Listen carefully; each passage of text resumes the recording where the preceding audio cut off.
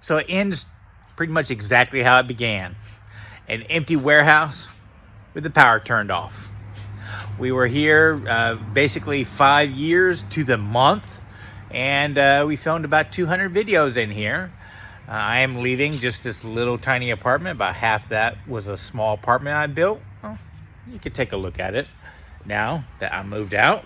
Wasn't much, but back there was my office. Back there was a little kitchenette. Right there was a full library that went up to the ceiling. And there was a little bedroom. No big deal. But that's that. How about we go out and check out the new shop? Yeah, despite being a solid completion date at the end of August, then September, then October, then November, and then most definitely by Thanksgiving, December 1st, they're still finishing it up. But hey, what can you do? All my stuff is out in the open until they finish up, though I did get permission to put at least the tools inside. Come on, let's check it out. So in the last 2 days, we have put all this stuff in here, and Dad had started painting the shop area. I'm about to push everything over to one side and then paint this side, then bring it all back over and paint that side, and probably want to put 2 more coats on everything. It's not necessary, but you know, for a video area, I'd kind of like it to be nicer. Gonna install that door in a little bit. And then our storage area, I don't really care about the cosmetics of that. It's just to add on, put a rough paint white, so that we don't have to have as many lights in here.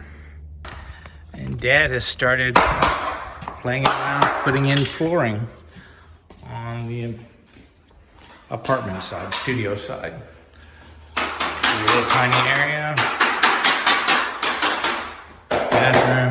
Bedroom. But turning out nice for a little micro studio. So that's that. Let's see how we're doing in a few days. And boom! There we have it.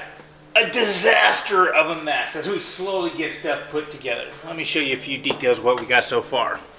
I got most of my go-to stuff already unpacked, so at least I can get to my real tools. I don't have to compromise with a circular saw or anything like that for the rest of the stuff as we start building shelving all along the top, because Dad and I combining shops, we have a lot of junk that we've got to get rid of or find a place to store. So we're building storage so that as we unpack it, we can put it up. Though I'm the lucky one because my stuff is already here. Dad still has his entire shop in the storage unit, and it's coming in 3 days. His lathe, bandsaw, dust collector, air compressor, all that kind of stuff, and we got to find room for it. Got to build that storage. Now, one storage solution I'm going to be taking advantage of is my art market display. Y'all have seen videos on how I use it and stuff like that. I didn't make a video on how I made it, but it's basically just a bunch of Morrison tenon joints and some little ledges right here, easily disassembled. As you can see, I think I've been using this for 7 years now.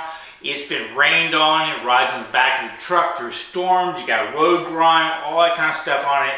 And I'm not going to be working any art markets probably for the first 3 quarters of 2021. I just don't trust the situation myself.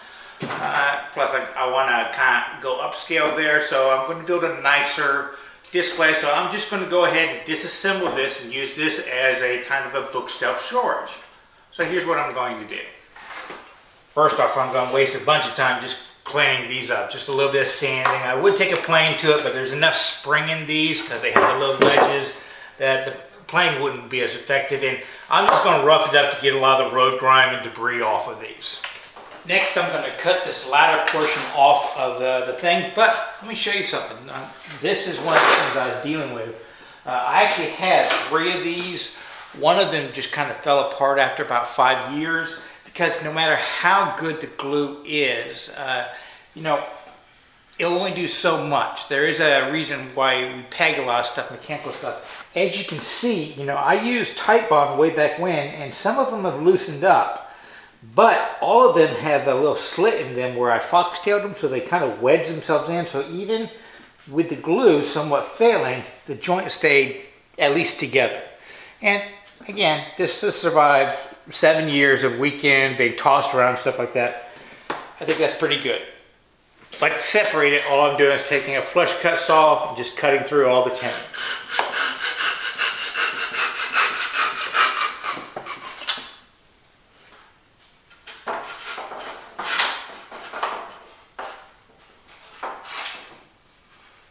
And there she goes. Now this design worked A, because I had at least one of those squares in the corners and they would connect to a regular ladder. But B, even without that square, a lot of the shelves just pinched the wood, the little slat, so hard that it worked pretty well for keeping it upright. Just drop it on one. Even after 7 years, it's tight enough you kind of had to bang them down.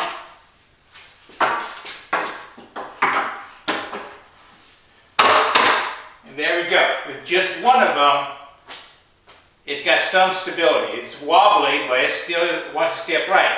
You put 7 of them, and they're pretty secure, but I'm going to brace it up a little bit more.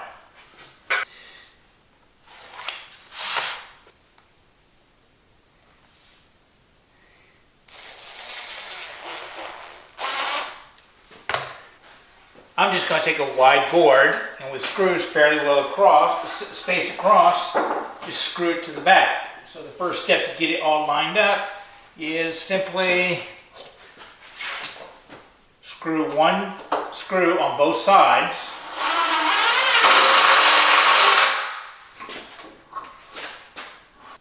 Then just get it plumb. Because you only have 2, it will move a little bit. And once it's plumb, that second screw will lock it in and make it a lot more sturdy. I'll probably do the same exact thing to the board on bottom. Just reusing my old stuff until I can build something nicer. So next up, we're going to install a safety rail all along the ceiling, because eventually I'd like to have shelving pretty much everywhere along the top to make maximum advantage of the space we have.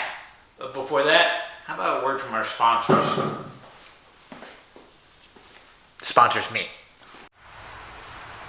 Are you a professional wannabe woodworker? Do you also enjoy a nice, cold, frosty beverage in your shop? Then you need to get yourself a genuine, original, non-patentable, multi-function leather workshop coaster from Worth the Effort Woodworking. Okay. Does the idea of venturing all the way to the other side of your workbench to retrieve your sharpening stroke leave you mentally exhausted? Then you need a workshop coaster. Do you have a shop cat? Then you need a workshop coaster. Are you constantly stabilizing boards on your workbench? Bandsaw, thickness planer set, or miter saw? Then you need a workshop coaster. Would your workshop benefit from a sternum pad, clamp pad, dog repeller, gouge hone, tracing jig, burnishing pad, burr remover, kid repellent, or spouse distractor? Or do you just need proof to all your woodworking buddies that you know what you are doing in the workshop? Then you need to get your own Texas-grown, Texas-made, genuine, original, non-patentable, multi-function leather workstroke coaster from Worth the Effort Woodworking. Get your 3-pack of Worth the Effort Woodworking workshop coasters for only $19.99 and 9/10. Shipping and handling included, while supplies last.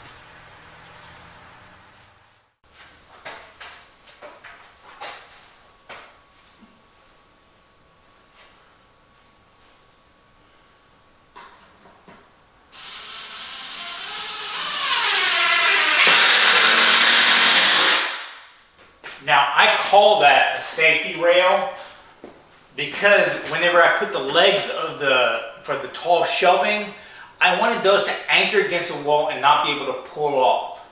I did leave one gap right there because the hope is we are going to get an AC unit in here, a mini split.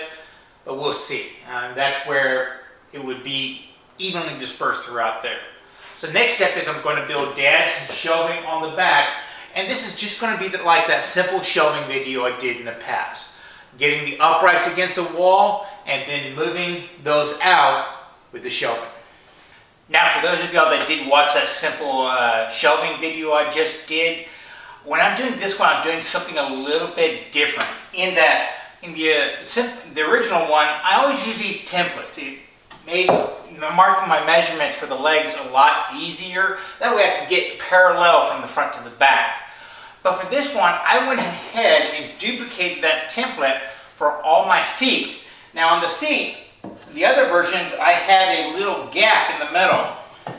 And I was thinking that's going to collect a lot of dirt and dust and stuff like that over the decades. So why not fill it? And if I'm going to fill it, I might as well do it. So I duplicated all these templates.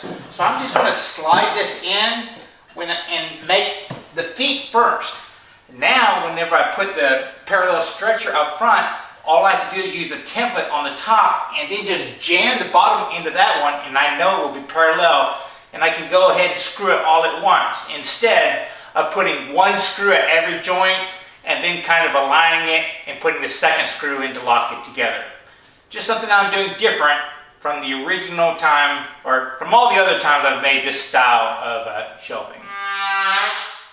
And there we go. We got most of Dad's stuff up. He's about to put all the shelves up. He's cutting out a little socket for his plug. But now, I'm going to go buy more lumber and do the exact same side on that side, because that's the last of the lumber from the old shop. So we've got to go pay 2-3 times the price to get new stuff in. But that's COVID for you. Well, the moving truck just left unloading Dad's shop from the storage unit. So I guess technically we are now moved in. So let me give you a quick tour of where we're at now. And then at the first of the year, I will give you a full shop tour in addition to our 2021 goals and stuff we're working for. Inside, I've got all my stuff pushed over. So we had a runway for the moving people to come in. They brought in Dad's van saw, dust collector, and stuff like that. But Dad has his area set up with his 2 metal cabinets, and him a little desk corner over there.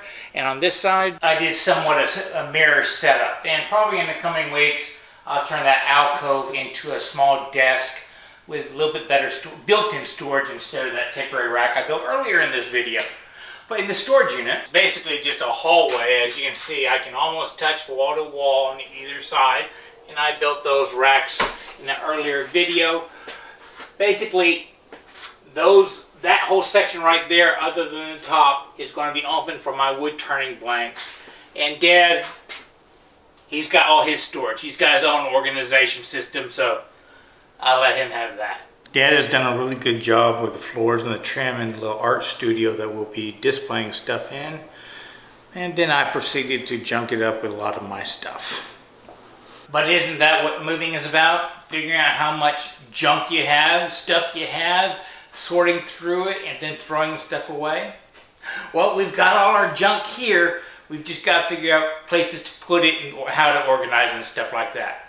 And you'll see how we did that in the upcoming 2021 shop tour, where we go over our goals for the upcoming year and stuff. Well, I hope you enjoyed this little vlog, just a kind of couple weeks in the life here at Worth the Effort Woodworking as we pulled all our hair out, trying to get moved into the new shop.